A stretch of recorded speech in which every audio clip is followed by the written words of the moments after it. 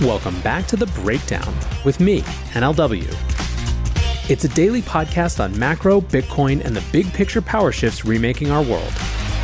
The Breakdown is sponsored by Nexo.io, Circle, and Kraken, and produced and distributed by CoinDesk. What's going on, guys? It is Friday, December 2nd, and today we are talking about Apple's battle versus Coinbase. Before we get into that, however, if you are enjoying The Breakdown, please go subscribe to it, give it a rating, give it a review, or if you want to dive deeper into the conversation, come join us on the Breakers Discord. You can find a link in the show notes or go to bit.ly/breakdownpod. All right, friends, happy Friday. Today, we are catching up on tons of news from around the crypto world. And where we're going to start is with a battle brewing between Apple and basically the entire crypto space. Coinbase has disabled NFT transfers on its iOS wallet, citing a dispute with Apple over their in-app purchase policy. On Thursday, Coinbase tweeted that Apple is demanding that blockchain gas fees are paid using Apple's financial rails, which would enable Apple to extract its 30% App Store tax. Yesterday, Coinbase Wallet tweeted, "You might have noticed you can't send NFTs on Coinbase Wallet iOS anymore. This is because Apple blocked our last app release until we disabled the feature.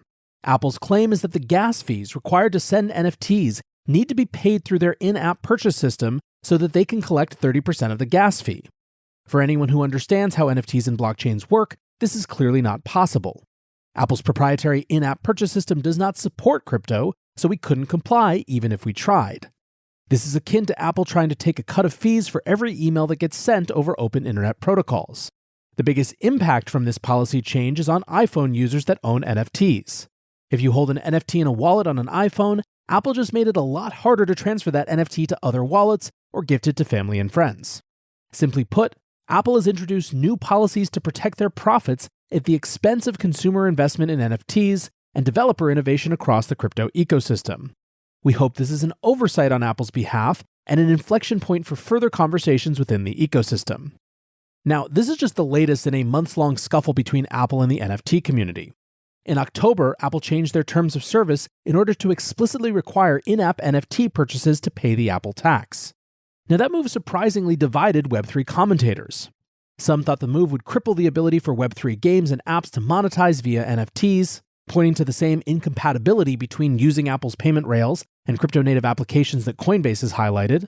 But others were more optimistic that the change would bring the issue to a head, forcing Apple to move on from its gray area policy on crypto apps and take a clear stance, which could potentially pave the way for Web3 games and apps to build within an explicit Apple infrastructure.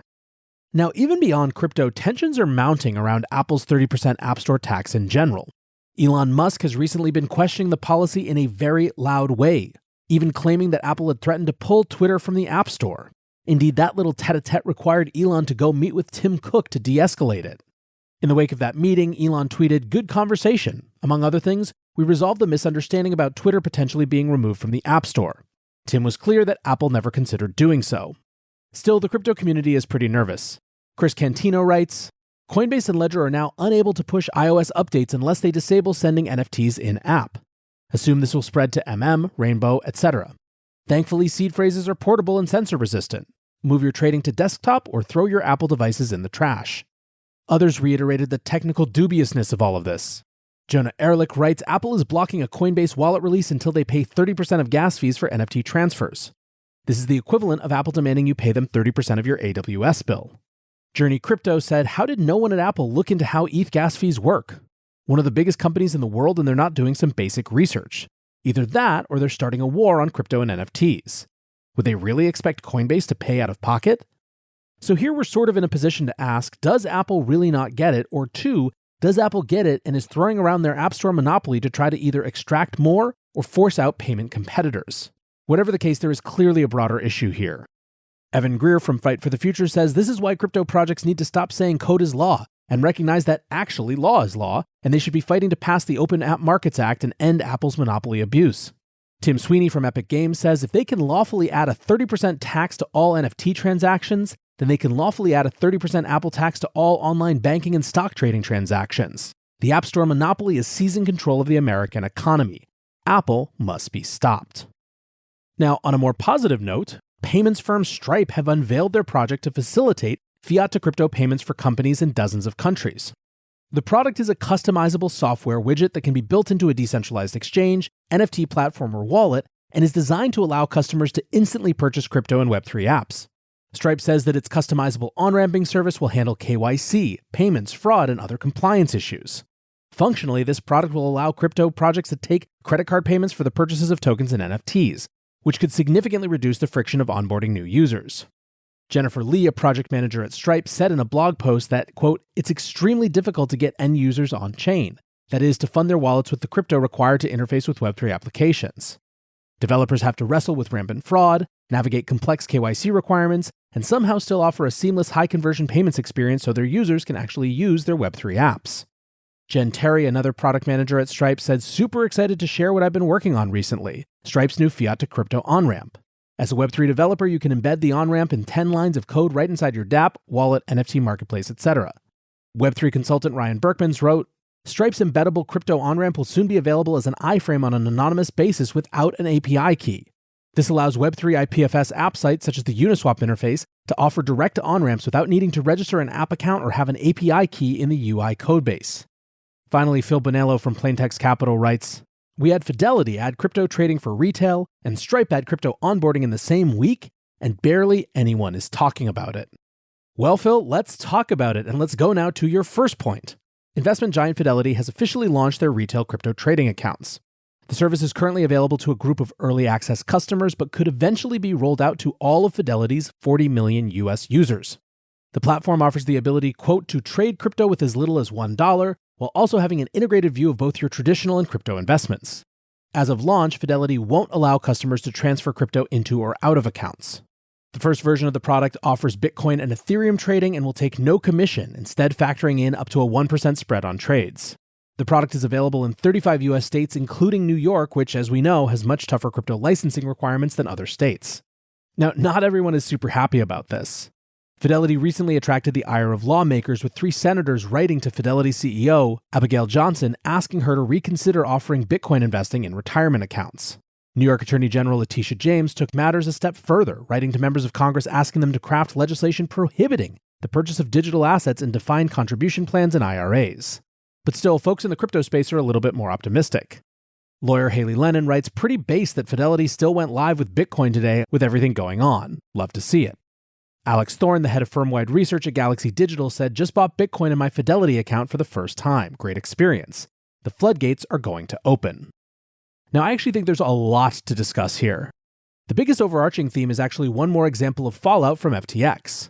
Even before FTX, there were reasons to think that TradFi offerings like this would likely become the main future on-ramps for people first dabbling in crypto. Being able to manage crypto portfolios alongside stock and traditional asset portfolios is a significant UI upgrade for many. That, plus the trust or comfort of working with a legacy institution, meant that even before the collapse, this would be a strong offering.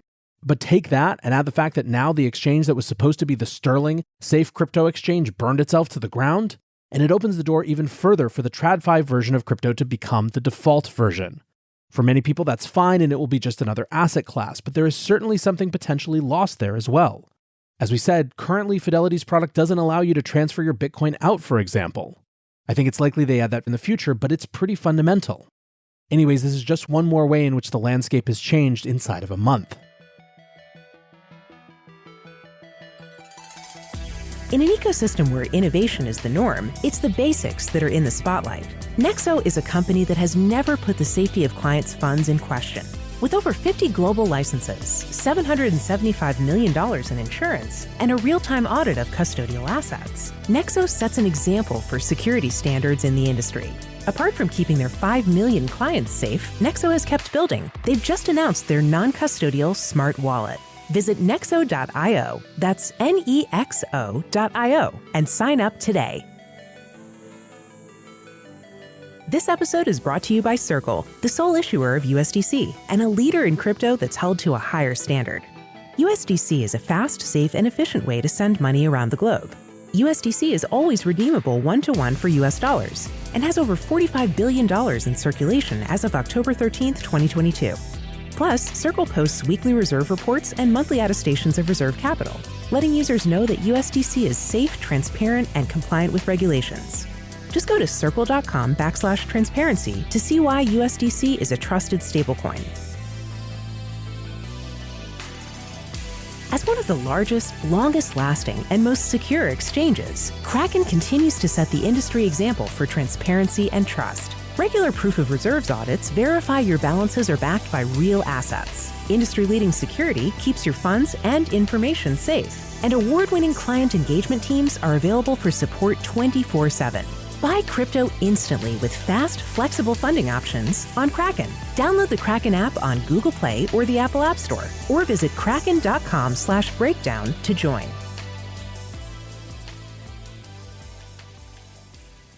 Interestingly, inside the crypto world, we're also seeing the beginnings of a reaction. What's a natural shift if people are worried about the founders of custodial exchanges stealing their assets? A move to non-custodial decentralized exchanges, of course. And that seems to be exactly what's happening. Crypto user activity is moving on-chain as centralized crypto services collapse, according to research firm Bernstein. According to a report released on Wednesday, on-chain data has shown a surge in self-custody and use of DeFi spot and derivatives trading platforms over the past 60 days. Trading volume on DEXs reached $91 billion in November, which was a 79% increase over October. What's more, a higher percentage of trading is happening on DEXs as opposed to centralized exchanges. In September, the percent of trading that was coming from DEXs was around 10.8%, while now it stands closer to 16.7%. Firm Bernstein said that this increase in volume is a positive development in, quote, crypto's journey to rebuilding customer and policymakers' trust. Ethereum-compatible DEXs saw the strongest increase in adoption in the last month, with Solana volume collapsing due to its ties to FTX and Binance Smart Chain remaining relatively flat. The biggest spike in volumes happened in the middle of November as the FTX collapse was most acute. Uniswap, the most popular Ethereum DEX, managed to exceed Ethereum volume on any centralized exchange other than Binance for one 24-hour period.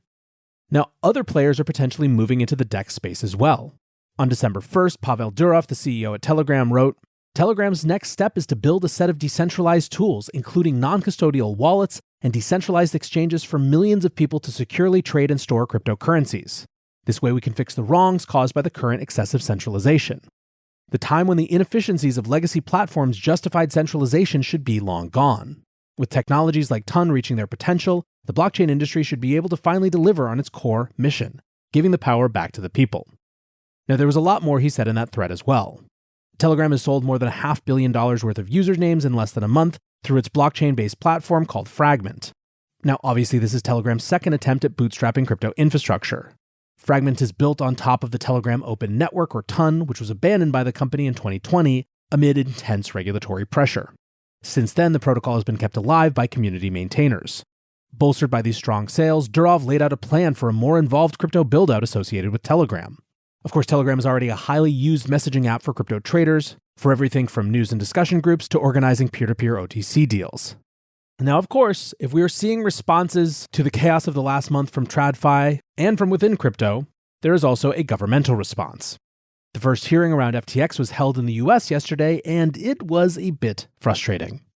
On Thursday, CFTC Chairman Rostin Behnam appeared before a Senate hearing on the Agriculture Committee to discuss the FTX collapse. While Chairman Behnam said that his agency couldn't have prevented the collapse as FTX was not regulated by the CFTC, he used the opportunity to renew his call for Congress to grant increased power to the CFTC, which would allow them to make the rules for crypto spot markets. Interestingly, Behnam continued to support the controversial Digital Commodities Consumer Protection Act, or DCCPA, which was sponsored by committee heads Debbie Stabenow and John Boozman and endorsed and highly contributed to by FTX.